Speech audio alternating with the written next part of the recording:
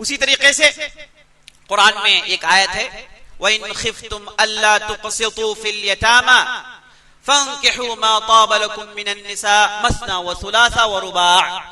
अगर तुमको डर हो कि तुम यतीमों के दरमियान फैसला नहीं कर पाओगे तो 2-2, 3-3, 4-4 शादियां करो। फ़इन खिफ्तुम अल्ला तअदिलू फवाहिदा, अगर तुम लोग डरते हो कि इंसाफ नहीं कर पाओगे तो ये काफी है तुम्हारे लिए।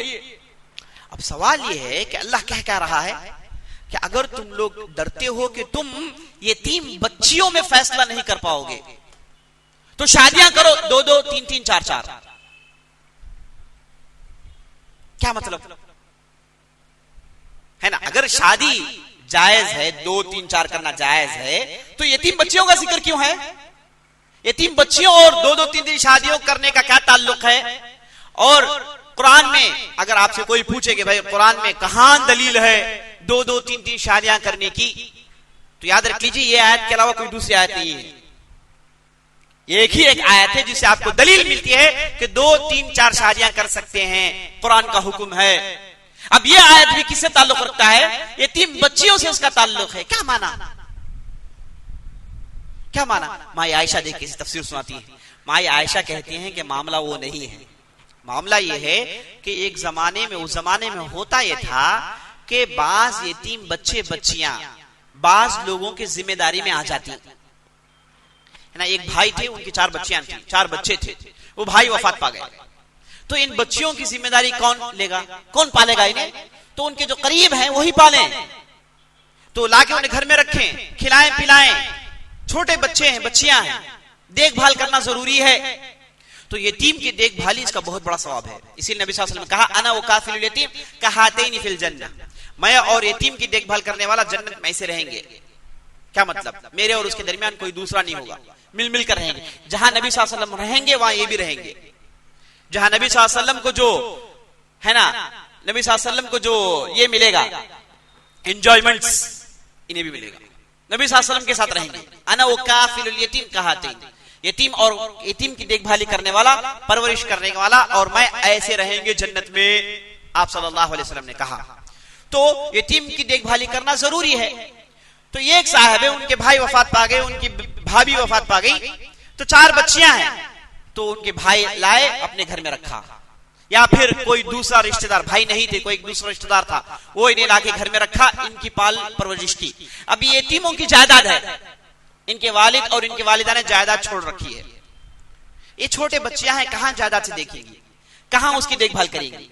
तो इस्लाम ये हुक्म है कि इन यतीम बच्चों को तुम पालो, इनका जो जायदाद है, इनकी जो जायदाद है उसकी भी हिफाजत करो। आपके लिए जायज है कि आप जो सर्विस कर रहे हैं इसका मुआवजा ले लें, ठीक है? उसके बाद अगर ये बच्चियां, उस जमाने में होता था ये कि जायदाद की वजह से, ये जो जायदाद है इसकी वजह से ये जब बच्चियां बड़ी होती तो ये जो देखने वाले हैं, जो इनके महरम नहीं है, इनसे शादी कर लेते। शादी कर लेके ये जायदाद उनके हाथ से जाने नहीं देते। अगर किसी को दूसरे को शादी करके दे दे, हो सकता है जायदाद चले जाए। तो जायदाद में कब्जा जमाने के लिए, यतीम बच्चियों को दबाने के लिए बाज लोग उनसे शादियां कर लेते थे, जो गैर महरम है, उनसे शादियां कर लेते थे ताकि यतीम बच्चियों में उनका डोमिनेशन हो, जायदाद इनके हाथ से निकल ना जाए। तो कुरान ये कहता है कि याद रख लो, इस ढंग से शादी मत करो, इस ढंग से शादी मत करो।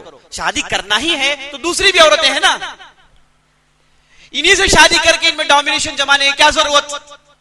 ऐसे मत दबाओ, ऐसा करना जायज नहीं है। इसीलिए कुरान कहता है अगर तुम डरो कि बच्चियों में, यतीम बच्चियों में तुम इंसाफ नहीं कर सकते तो शादियां करो इनसे और इनके अलावा दूसरी औरतों से, 2-2, 3-3, 4-4।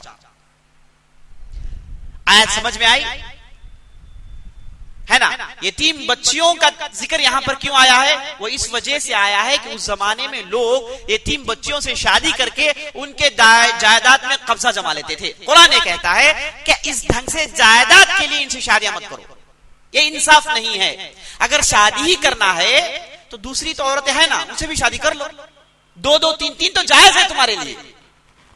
बस समझ में आई बात? यतीम बच्चियों से शुरू हुई और अल्लाह ने इन यतीम बच्चियों को बचाने के लिए उनके वालियों से कहा कि 2-2, 3-3, 4-4 शादियां तो जायज है ना, कर लो, इन्हीं से शादियां क्यों करते हो?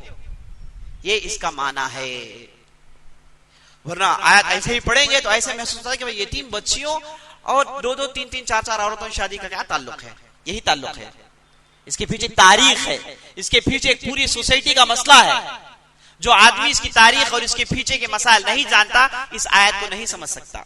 तो माई आयशा इतनी जबरदस्त माहिरा थी, हर आयत के पीछे की तारीख जानती थी, सोसाइटी से वाकिफ थी, उनके जबान से वाकिफ थी, तो उन्होंने बेहतरीन तफसीर करके सारे लोगों के जहनों के उलझनों को दूर किया।